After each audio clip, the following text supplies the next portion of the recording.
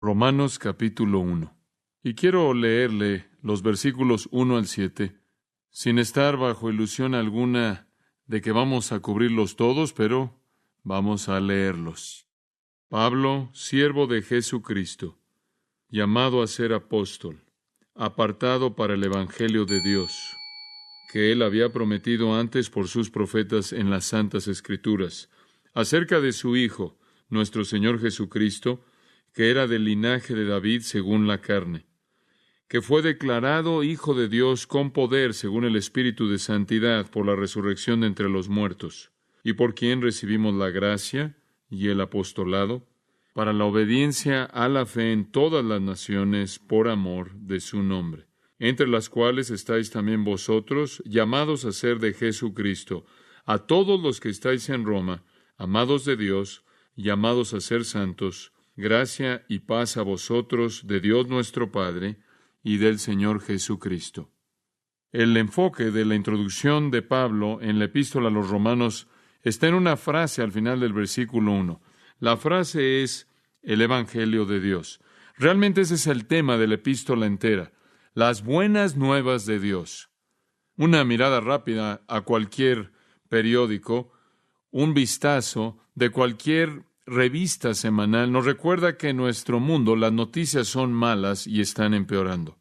Y lo que está sucediendo a gran escala simplemente es una multiplicación de lo que sucede a nivel individual. Malas noticias. De hecho, eso se ha vuelto un coloquialismo en nuestra época.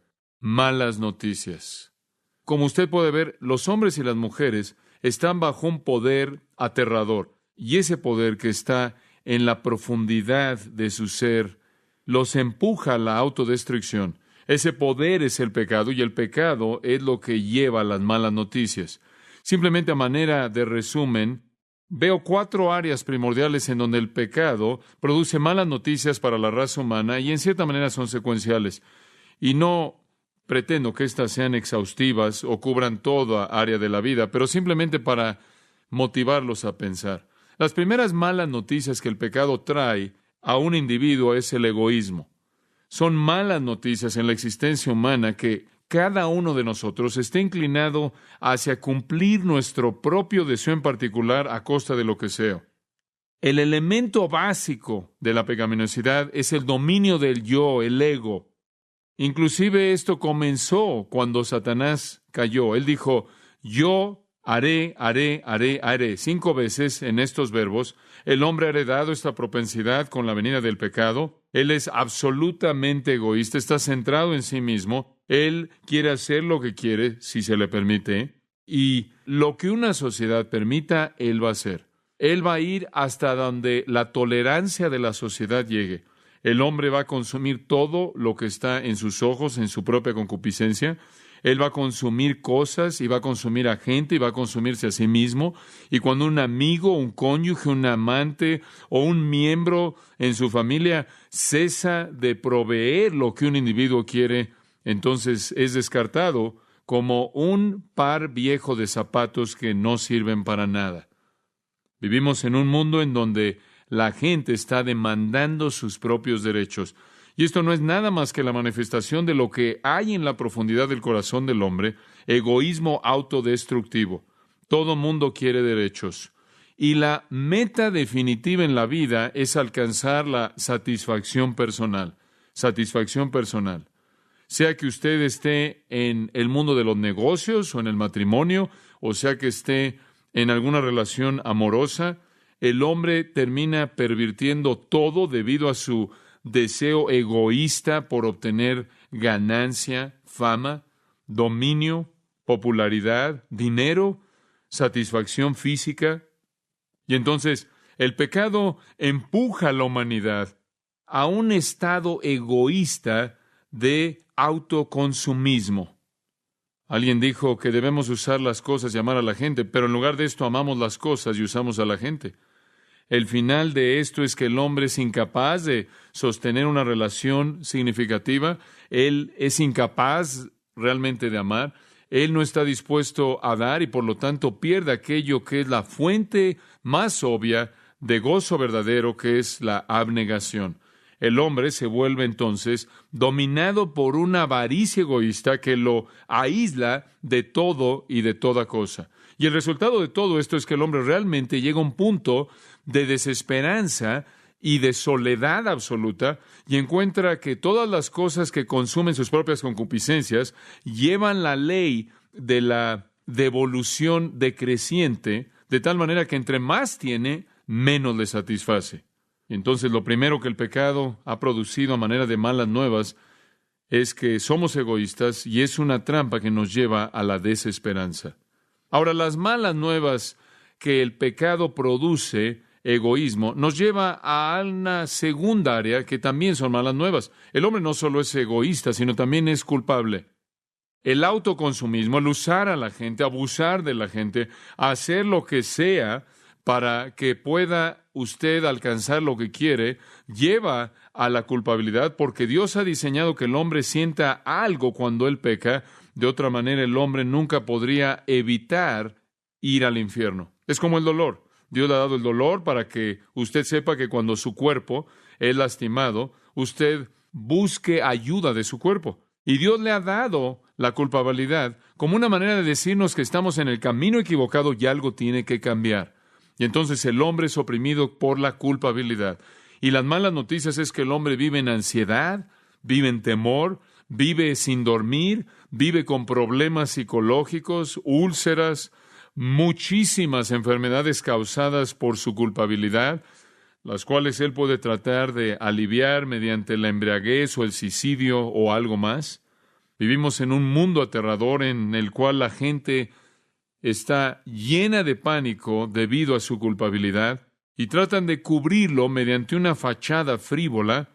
Algunas personas tratan de evitar la culpabilidad real mediante el dinero, las posesiones, el alcohol, las drogas, el sexo, los viajes, el psicoanálisis, echarle la culpa a la sociedad por su culpabilidad, echarle la culpa a alguna tradición bíblica anticuada que se les impone, culpando a Dios, a los cristianos, a la iglesia, a sus padres, a algún trauma prenatal. Inclusive escuché de un hombre que le echó la culpa a un plátano que su mamá le dio cuando era pequeño para justificar su culpabilidad.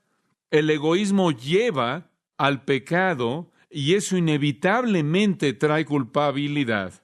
Y cuando usted trata de culpar a alguien por ello, eso únicamente multiplica la culpabilidad, porque ahora no solo es culpable de pecado, sino de tratar de culpar a alguien que no lo merece. Y eso nos da más malas noticias, ya que el egoísmo lleva a la culpabilidad y la culpabilidad lleva a una vida sin significado.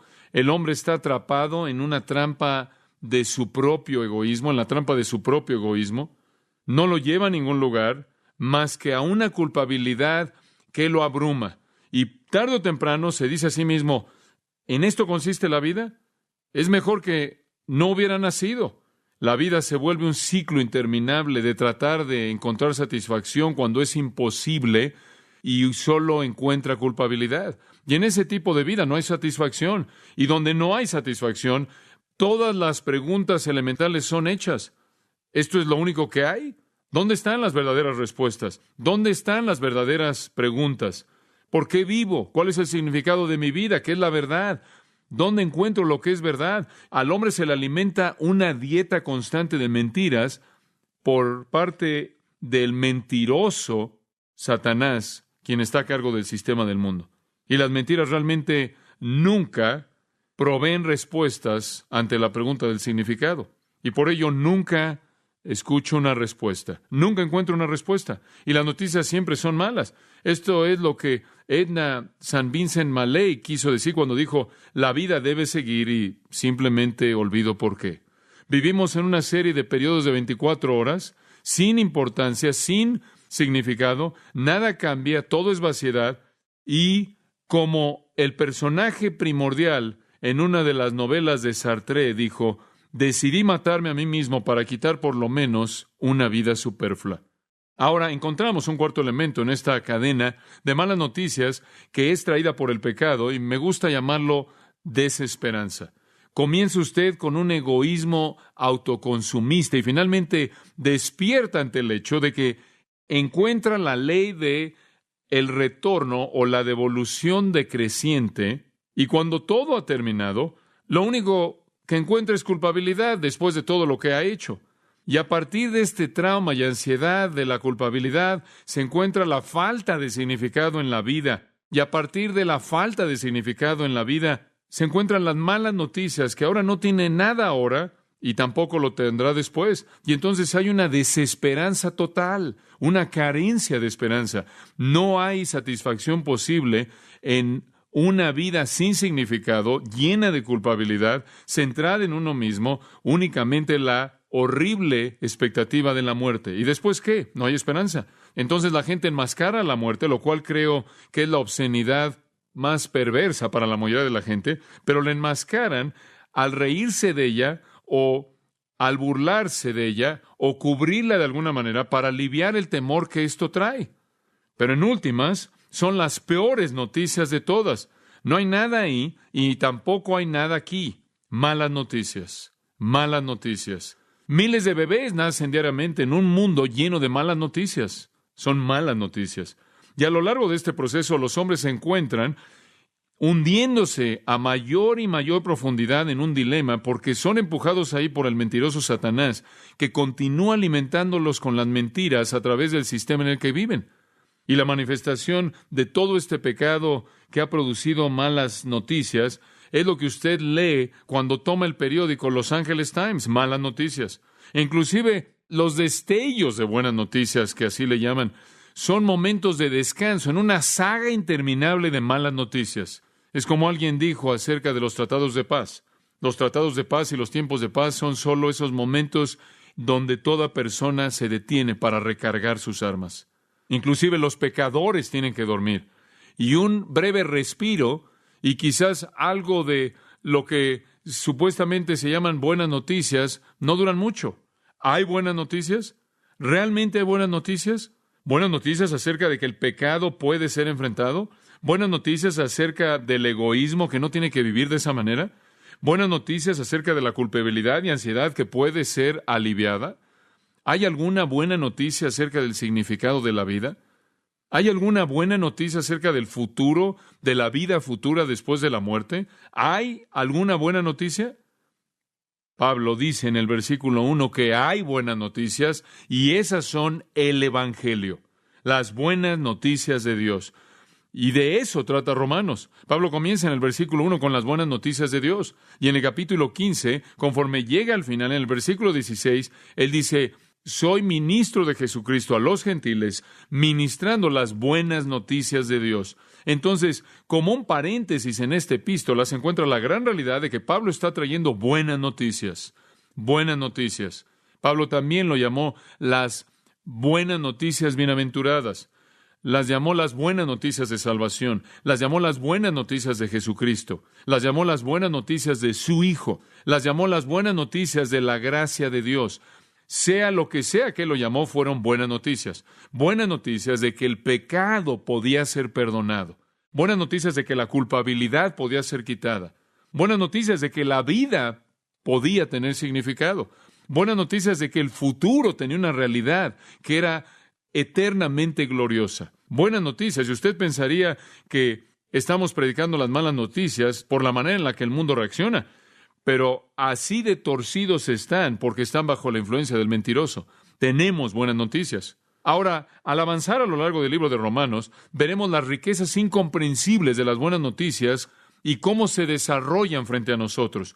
Pero quisiera decirle, y tomo un segundo para decirle esto, no planeaba hacerlo, pero quisiera decirle que el enfoque entero de los 16 capítulos de Romanos se destilan en los primeros 7 versículos. ¿Puedo entender a Pablo? Él está tan emocionado por lo que va a decir que no puede esperar el decirlo hasta que llegue al final del 16. Entonces, él resume todo lo que va a decir en los primeros 7 versículos, destila el enfoque entero de su epístola entera. Lo resume, lo sintetiza y después lo desarrolla. Es como si la semilla está en los primeros 7 versículos y después encontramos cómo germina y florece conforme usted avanza a lo largo de los 16 capítulos. Ahora observe el versículo 1 por un momento y vea la frase, el Evangelio de Dios. El Evangelio de Dios, Evangelion. Evangelion. Ese término es usado por Pablo 60 veces en sus epístolas. 60 veces habla de las buenas nuevas, buenas noticias. Es un término favorito de Pablo. No es sorprendente que el hombre que vivió su vida entera oyendo malas noticias y una vez que oyó las buenas noticias, no podía evitar el hecho de decirle a todo mundo, a toda persona que encontró acerca de eso. Tyndall escribió, la palabra Evangelion significó bueno, contento, noticias buenas, contentas, gozosas, que hacen que el corazón de un hombre se regocije y lo hacen cantar y bailar y brincar de gozo. Y creo que en esa frase realmente él capturó el significado. Son buenas noticias, son noticias buenas, llenas de felicidad, de gozo, de gusto. Buenas noticias de que Dios nos librará de nuestro pecado egoísta. Buenas noticias de que Dios nos perdonará y nos librará de la culpabilidad. Buenas noticias de que Dios traerá significado a la vida y la hará abundante. Y buenas noticias de que hay esperanza para la vida venidera. Y note también en el versículo 1 que son buenas noticias de Dios. Y ese es el enfoque del griego, dice de Dios. Y es importante que Pablo dijera eso porque la palabra evangelion era una palabra griega común. ¿Y sabe cómo era usada? Era usada en el culto de la adoración al emperador. Estaba relacionada con el culto al emperador. Ahora usted recordará que en el Imperio Romano la gente tenía la responsabilidad de adorar al emperador como si fuera Dios, un Dios. Y cuando alguien que venía del partido oficial del emperador iba a hacer un anuncio importante acerca de algún acontecimiento importante que tenía que ver con el emperador, era llamado el Evangelion, buenas noticias. Por ejemplo, buenas noticias, el emperador ha dado luz a un heredero. Esa sería una manera en la que era usada. O, buenas noticias, el heredero ha llegado a su edad. O, buenas noticias, tenemos un nuevo emperador conforme llega al trono. Esto era el Evangelion. Pero Pablo dice esto. Escuchen, les estoy escribiendo en Roma, los que están acostumbrados a oír el Evangelion del Imperio Romano, y les estoy diciendo, ustedes tienen buenas noticias, pero no son de César. ¿Son de quién? De Dios. Realmente esas son buenas noticias, porque francamente la mayoría de los Césares eran malas noticias para comenzar. Estas son buenas noticias de Dios. Ahora usted no puede detenerse y pensar, ¿por qué Dios me va a dar buenas noticias? No lo merezco, y tiene razón, pero así es Él. Él trae buenas noticias a aquellos que no lo merecen. El doctor Donald Gray Barnhouse, creo yo, captura el pensamiento en un párrafo fascinante en el cual él relata una historia. Escuche, él dice que se le contó de un joven en Francia que era muy amado por su madre, que se entregó a una vida de impiedad que lo llevó más y más al pecado a mayor profundidad. Él se enamoró de una mujer perversa que lo alejó aún más y más a la injusticia. Lo llevó a la injusticia. La madre, de manera natural, buscó traerlo de regreso a un plano más alto y la otra mujer lo resintió de manera amarga. Y una noche la historia cuenta que la mujer mala acusó al hombre de que realmente no la amaba porque él permitió que su madre interfiriera. Y él prometió y le dijo que la amaba. Ella apeló a su mente embriagada diciendo, si realmente me amas, entonces te vas a deshacer de tu madre y de sus ruegos constantes. Bueno, de acuerdo con la leyenda, el joven salió corriendo de la habitación a una casa cercana en la cual su madre vivía y le pegó hasta matarla, arrancando el corazón de su cuerpo para llevarlo de regreso a su amante como prueba de que él había quitado la vida de su madre. Y después, dice Barnhouse, llegó el clímax del cuento. Conforme entró corriendo en su insensatez, él se cayó y a partir del corazón ensangrentado salió una voz que le dijo, hijo mío, ¿estás lastimado? Barnhouse dijo, esa es la manera en la que Dios ama, un perdón absoluto y total. Entonces, así es como Dios ama. Carlos Wesley lo expresó en un himno. La profundidad de la misericordia. ¿Puede haber misericordia aún reservada para mí? ¿Puede mi Dios perdonarme y hacer a un lado su ira al primero de los pecadores? He resistido su gracia por mucho tiempo, he provocado su ira, no he oído sus llamados, lo he entristecido 1000 veces. Y entonces Wesley se maravilló entre las buenas noticias de que Dios le extendió esto a los hombres inmerecedores. Amados, estas son buenas noticias. ¿No le da gusto tener estas buenas noticias? Ahora vamos a ver en estos 7 versículos y vamos a ver en las próximas semanas cómo se desarrollan las buenas noticias. Y esencialmente aquí hay 7 aspectos. Vamos a comenzar con el primero, el predicador de las buenas noticias. El predicador de las buenas noticias. Quizás es porque soy un predicador y ministro que me hallo atraído, me veo con un gran deseo de pasar algo de tiempo en esto porque me habla tanto. Y si usted me permite, por un momento me voy a predicar a mí mismo. Ahora, Dios llamó a un hombre único para que fuera el vocero primordial de las buenas noticias. Versículo 1, Pablo, ¿se acuerda de él? Pablo, él era ese hombre, el predicador de las buenas noticias, único. Se le encomendaron los misterios, aquello que había estado escondido de generaciones pasadas y pueblos pasados, y ahora revelado, es lo que dice en Efesios 3 y Colosenses capítulo 1. Él era el orador primordial de Dios para ser el heraldo de las buenas noticias, ese judío sobresaliente con preparación académica griega y ciudadanía romana, ese hombre con capacidades increíbles como líder, un peleador muy motivado, determinado, expresivo, brillante, un hombre con una capacidad de expresión única, especialmente llamado y convertido por Dios mismo. Ese hombre que completó 3 viajes misioneros proclamando las buenas noticias desde Jerusalén a Macedonia y cruzando por ese territorio. Pablo fue un siervo único que podía hacer milagros, sin embargo, no podía quitarse su propio aguijón en la carne. Pablo, que podía salir de prisiones, como lo hizo en Filipos, sin embargo, fue un prisionero. Pablo es el predicador. Y le recuerdo que todo predicador que ha predicado desde ese entonces ha dependido de los sermones de Pablo para su material. 13 libros del Nuevo Testamento, el legado de este hombre a través de la inspiración del Espíritu Santo. Ahora él nos cuenta 3 cosas acerca de sí mismo en el versículo 1. Primero, Pablo, siervo de Jesucristo. La palabra es esclavo realmente. Observe conmigo por un momento Éxodo 21. Permítame ver si le puedo dar un contexto judío para la manera de pensar de Pablo. En Éxodo capítulo 21 descubrimos algo de la relación entre amo y esclavo, amo y siervo, entre el pueblo de Dios, conforme Dios les da unas leyes. Y en los versículos 5 y 6 leemos esto. Si el siervo dice, amo a mi amo, mi esposa y mis hijos, no voy a irme como alguien libre. En otras palabras, si el siervo dice, no sirvo porque se me forza, no sirvo porque se me paga, no sirvo porque tengo temor, sirvo porque amo a mi amo. Por lo tanto, nunca voy a salir como un hombre libre. Y él era conocido como un esclavo. Y esto es realmente la esencia de la palabra doulos usada en Romanos 1. Un esclavo voluntario. Y observe lo que sucedió en el versículo 6. Su amo lo traía a los jueces y ellos afirmaban esto y ellos también lo llevaban a la puerta o a un marco de una puerta en donde había madera y su amo perforaba su oído y lo servía para siempre. Y si usted decía, quiero servir motivado por amor y nunca me voy a ir porque te amo, entonces era llevado usted a la puerta y ahí donde las mujeres se perforan los oídos, lo cual es insignificante, algo muy significativo sucedía y ese lóbulo del oído era presionado contra la madera y era perforado y llevaba de manera permanente la marca que expresaba, soy un esclavo de amor. Ahora esa es la esencia de lo que está atrás de Romanos 1:1.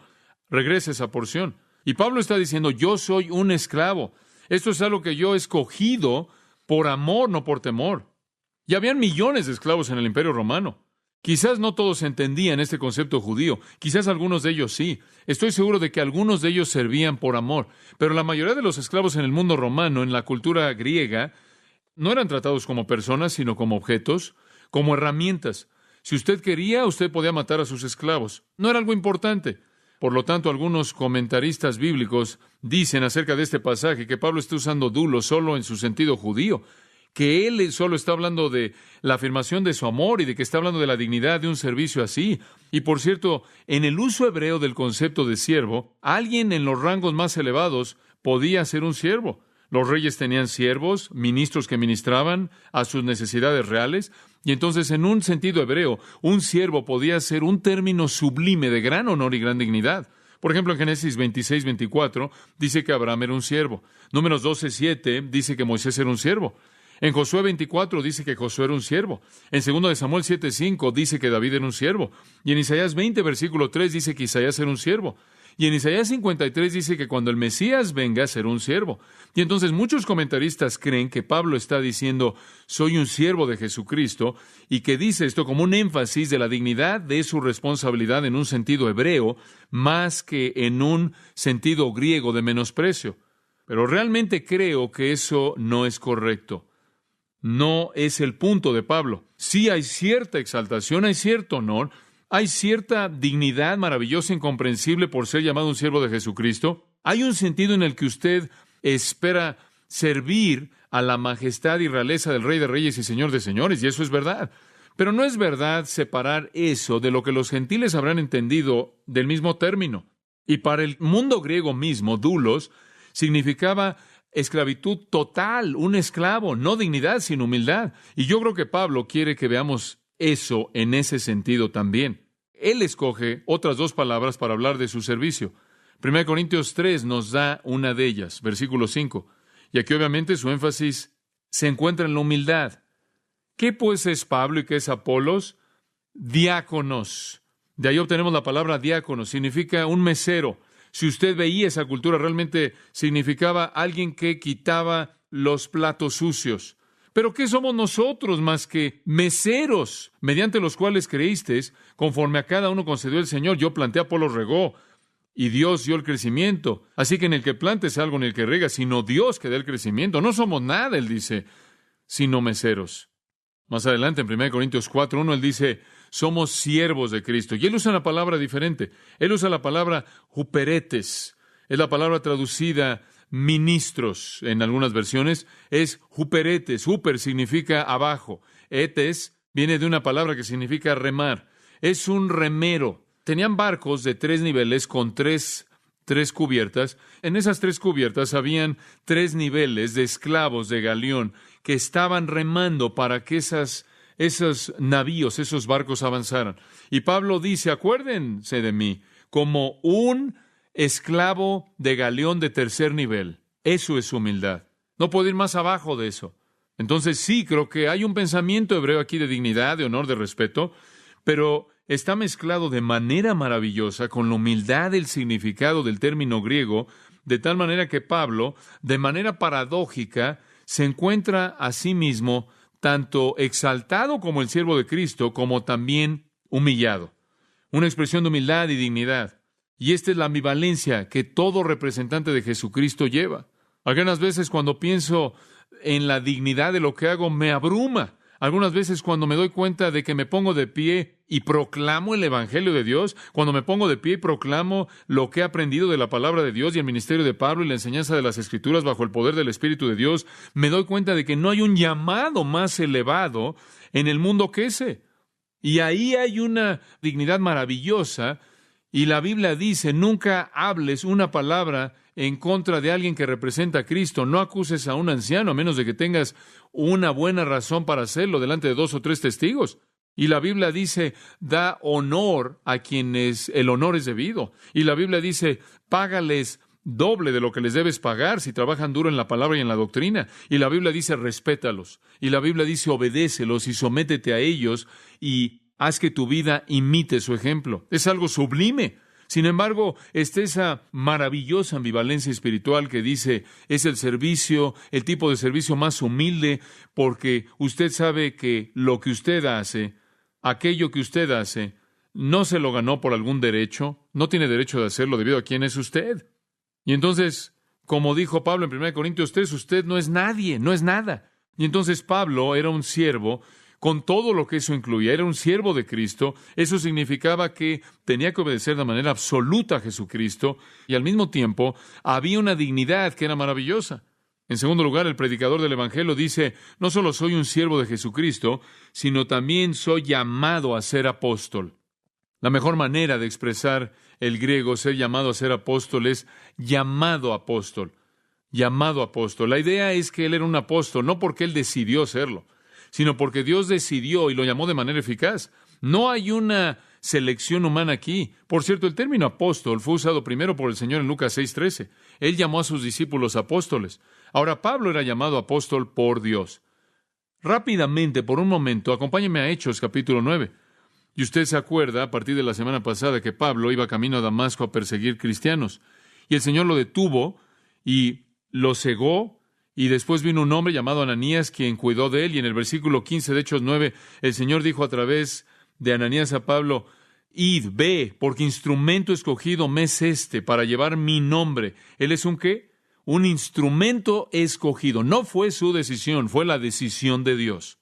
En el capítulo 22 de Hechos, Pablo mira hacia atrás y él se acuerda de lo que Ananías le dijo.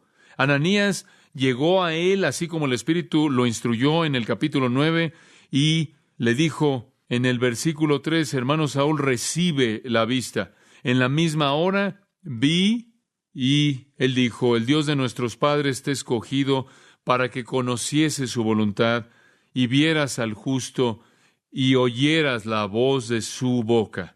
Esto es Cristo, porque tú serás testigo a todos los hombres de lo que has visto y oído. Observe ahora el capítulo 26, versículo 16. El Señor dice, Pablo está recordando aquí su testimonio: pero levántate y ponte sobre tus pies, porque para esto te ha parecido a ti, para ponerte por ministro y testigo de las cosas que has visto y de aquellas en que me apareceré a ti, librándote de tu pueblo y de los gentiles, a quienes ahora te envío, para que abras sus ojos, para que se conviertan de las tinieblas a la luz y de la potestad de Satanás a Dios, para que reciban por la fe que es en mí perdón de pecados y herencia entre los santificados. Por lo cual, oh rey Agripa, no fui rebelde a la visión celestial. Él fue llamado apóstol. De hecho, en 1 Corintios 9, él dice: ay de mí si no predicar el evangelio. Él dice: no me den una recompensa, no me den honor, no nombren una escuela con mi nombre, no pongan una placa en la pared o construyan una estatua, oren por mí. Dios me ha dado la tarea que yo no pedí, y si yo lo echo a perder, estoy en muchos problemas. Y en Gálatas 1, él dijo: yo soy un siervo llamado apóstol. Y él dice: Dios me colocó en este ministerio. Y él dice en el versículo 10 de Gálatas 1, ¿acaso busco el favor de los hombres o de Dios? Si yo busco agradar a los hombres, no debo ser el siervo de Cristo. Y él dice: y les he dado a conocer, les doy a conocer que el evangelio que fue predicado por mí no es evangelio de hombres, porque no lo recibí de hombres, ni fui enseñado por hombres, sino por la revelación de Jesucristo. Él dice: mi llamado es de Cristo mismo. Ahora, creo que esa es una palabra muy importante. Si usted va a representar al Señor Jesucristo, más vale que sepa que lo llamó usted. Yo no daría un paso hacia adelante si no estuviera seguro de que Dios me había colocado en el ministerio. Va más allá de mí ahora. El término apóstol, que es traducido ya en Romanos 1 como apóstol, significa uno enviado, un comisionado, alguien despachado, un mensajero, un embajador, un emisario. Y por cierto, en esos días tenían ciertos barcos que se llamaban barcos apostólicos. Y los barcos apostólicos no eran barcos que llevaban apóstoles, tenía un sentido secular, un uso secular. Un barco apostólico era un barco de cargamento. Era enviado con un cargamento para otra ciudad. Y entonces significaba cualquier cosa despachada o enviada. Y Pablo está diciendo: yo fui enviado, pero el hecho de que fui enviado no fue una decisión personal. ¿Sabía usted que el término apóstol aparece 78 veces en el Nuevo Testamento y en la mayoría de esas ocasiones se refieren a los 12 y a Pablo, que fueron enviados de manera especial? De manera especial. Esta semana leí la historia de un querido predicador de color. Él predicaba ahí en una pequeña iglesia en el campo. Él predicó con todo su corazón y era un hombre piadoso y humilde. Y un joven vino a predicar un domingo por la noche, que era un joven arrogante y pensaba que era más de lo que la gente realmente merecía. Y él predicó y se vio claro en su actitud que era un hombre orgulloso. Y cuando terminó, el querido predicador de color se le acercó y dijo esto: joven, ¿usted fue enviado o usted simplemente fue? Y creo que quizás hay muchas personas que no fueron enviadas, sino que solo fueron. Pero Pablo fue enviado. Y él lo sabía porque Dios se lo había afirmado. He estado leyendo en las últimas 2 semanas un libro titulado El Pastor Reformado, escrito por Richard Baxter en el año de 1650. Y en las primeras 100 páginas, él llama al clero ahí en Gran Bretaña en 1650 y les dice: antes de que sigan predicando, más vale que regresen y se aseguren de que son redimidos. Y por 100 páginas les habla de esto. Más vale de que se aseguren que Dios los ha enviado. También hay un sentido oficial en el que tenemos que entender la palabra apóstol. Un apóstol era una responsabilidad oficial. Tenía un sentido amplio y todo mundo, toda persona que lleva el mensaje de Cristo es enviado. Ir por todo el mundo y predicar el Evangelio. Todos somos enviados. Todos somos apóstoles con una A minúscula. Y el Nuevo Testamento enlista a varias personas que son apóstoles, que están afuera de Pablo, del grupo de Pablo y los 12. Pero ellos son los que tienen una A mayúscula, una responsabilidad oficial. Y si usted estudia el Nuevo Testamento, descubriría que tenían que ser llamados directamente por Jesucristo, esto es, directa y verbalmente y personalmente por Él. Tenían que haber sido testigos oculares de Cristo y su resurrección. Y Pablo lo fue porque lo vio en el camino a Damasco. Fueron capacitados de manera especial por parte del Espíritu Santo para poder escribir correctamente el Nuevo Testamento, porque Jesús les hizo la promesa de que el Espíritu vendría y viviría en ellos y los llevaría a toda ¿qué? La verdad, y les traería a su memoria, haría que se acordaran de todo lo que Él había dicho. También se les dio la capacidad de hacer señales y milagros y obras poderosas, milagros que son llamados por el apóstol Pablo las señales de un apóstol. Y su responsabilidad no estaba restringida a una iglesia local, ni por un corto periodo de tiempo, sino que se volvieron el cimiento en el cual toda la historia de la iglesia está construida. Entonces, estos 12 apóstoles únicos, estos 12 hombres únicos, más uno, Matías, reemplazando a Judas, eran el cimiento. Tenían que ser llamados por Jesús mismo, tenían que ser testigos oculares de su resurrección, recibieron el Espíritu Santo mediante el cual pudieron escribir la revelación y podían hacer señales y maravillas y obras poderosas, y su responsabilidad se extendió más allá de cualquier congregación local, y Pablo fue una de esas personas tan especiales, y él sabía que Dios lo había llamado. Usted sabe, en Jeremías 23 dice que habían algunos profetas que salieron pero nunca fueron enviados. Y la gente nunca debe escucharlos.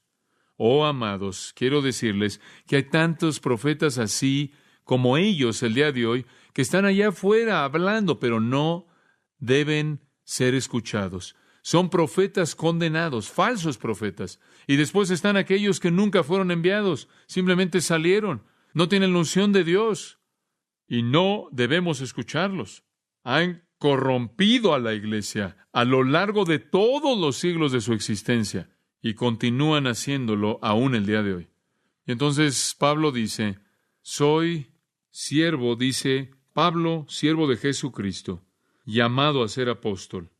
Y por cierto, él se llama a sí mismo al principio de varias de sus otras cartas, y en tercer lugar, y vamos a detenernos con este punto, apartado para el Evangelio de Dios. ¿Quiere saber algo básico? Usted no puede servir a Dios a menos de que sea apartado o separado. No puede ser hecho. Es una idea rica. La palabra apartado es la idea de apartar, separar. Usted puede regresar en el entendimiento del Antiguo Testamento al capítulo 13, por ejemplo, de Éxodo, y usted verá que Dios quiso apartar para Él al primogénito de los hombres, al primogénito de las bestias. Puede remontarse a Números 15 y verá que Dios quiso las primicias, la primera parte de la cosecha. Y puede ir a Números 8 y ver que Dios apartó a los mejores hombres, consagró a los levitas para su servicio. Y puede ir a Levítico 20 y ver que Dios tomó a la nación entera de Israel, de acuerdo con Levítico 20:26, los separó de todas las naciones y dijo, este pueblo es santo para el Señor. Y en cada una de estas escrituras que le acabo de dar, el separar al hombre y a la bestia, el separar a las primicias, el separar a los levitas y separar a Israel, en la versión Septuaginta, la versión griega, usa la palabra aforizane. Y esa es exactamente la misma palabra que se usa aquí.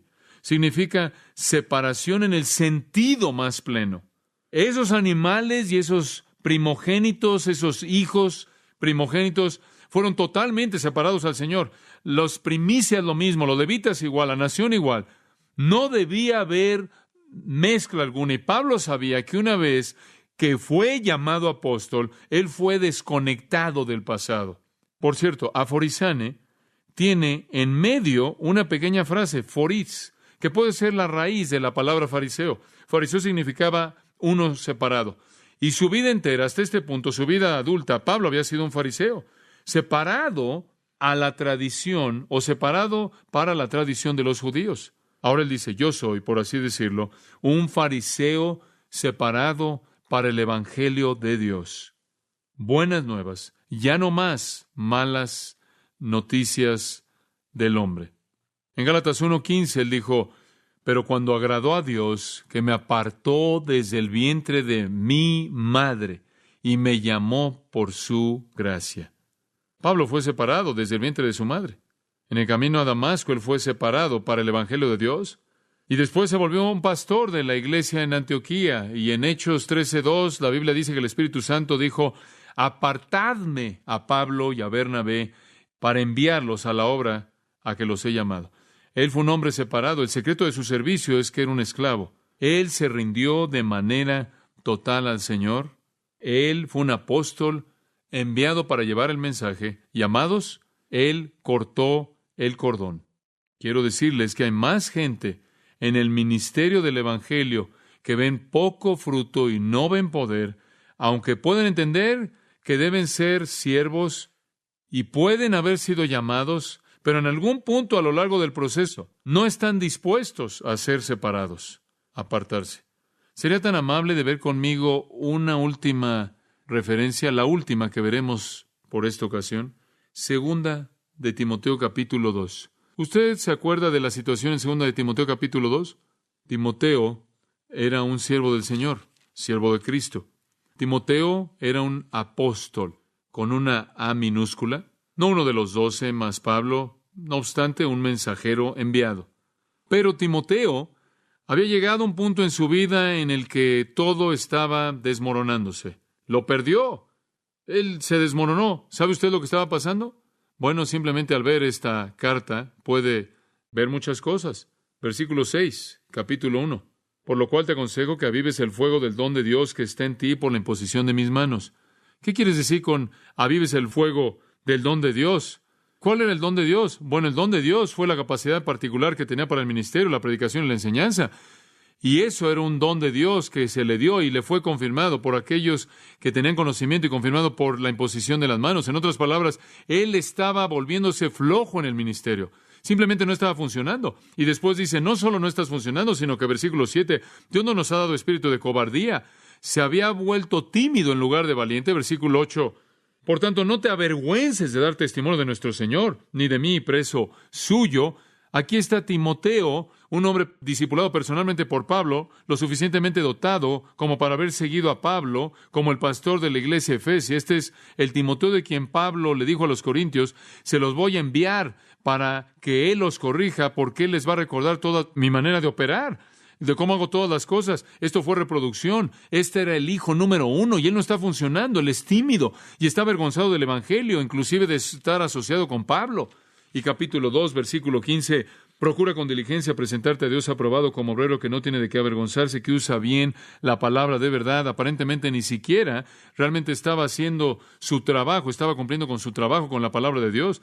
Pero el versículo 16 dice que estaba involucrado en palabrerías profanas y vanas, luchando ahí con filosofías. Versículo 22 indica que él probablemente estaba enredándose con algunas pasiones juveniles. Versículo 23, que él estaba involucrado en cuestiones necias e insensatas. Él carecía de gentileza. En otras palabras, todo estaba desmoronándose. Él había sido jalado por el sistema. Y la palabra le llega en el capítulo 2, versículo 4. Pablo le dice esto, Timoteo, ¿se te ha olvidado que eres un soldado? Versículo 3, ¿se te ha olvidado que debes soportar el sufrimiento como un buen soldado? Y se acuerdan de esto, ningún hombre que pelee en la batalla puede enredarse con los asuntos de esta vida. ¿Oye lo que está diciendo Timoteo? No puedes verte atrapado por las concupiscencias de este mundo. Timoteo, no puedes enredarte en la filosofía de este mundo. No puedes ser atrapado por ser avergonzado del evangelio, por la intimidación de este mundo. No puedes ser atrapado por la sociedad que busca la comodidad. Debes ser diligente en avivar el fuego del don de Dios. Timoteo, ¿se te olvidó que no debes enredarte en los asuntos de esta vida? Cuando entras al ministerio de Jesucristo, cortas el cordón, te apartas. Ese es el tipo de hombre que fue Pablo, un siervo de Cristo, pero no solo eso, llamado apóstol, pero no solo eso, separado, apartado. Y él nunca se enredó con los asuntos de esta vida. He conocido a hombres que han salido del ministerio porque amaron el dinero, las posesiones. No pudieron cortar el cordón. Cayeron en pecado moral. El mundo los atrajo. O estaban más preocupados por su reputación y entonces cuando tuvieron la oportunidad de hablar, se aseguraron de que nunca ofendieran a nadie y al hacerlo ofendieron a Dios porque no se apartaron. ¿Qué ejemplo es Él para nosotros? Su posición fue un siervo. Su autoridad fue enviado por Dios. Su poder fue apartado. Su mensaje, buenas noticias. Y buenas noticias que han venido de Dios mismo. Ahora usted conoce al predicador. La próxima semana o 2 semanas o 3 semanas, creo, hasta que regrese a este tema. La próxima vez, creo que hasta que regrese este tema, la próxima vez la promesa de las buenas nuevas, versículo 2. E inclusive podamos llegar hasta el versículo 3. Oremos. Padre, gracias por hablar a mi corazón en esta noche, por refrescar de nuevo mi propia alma, lo que yo soy, porque sé que este hombre es el ejemplo. Porque Él dijo, sed imitadores de mí, así como yo de Cristo. Que yo también sea un siervo fiel, entendiendo tanto la dignidad como la humildad de este servicio. Que tenga yo la afirmación de ser llamado, aunque no como un apóstol, como los 12 y Pablo, sin embargo, como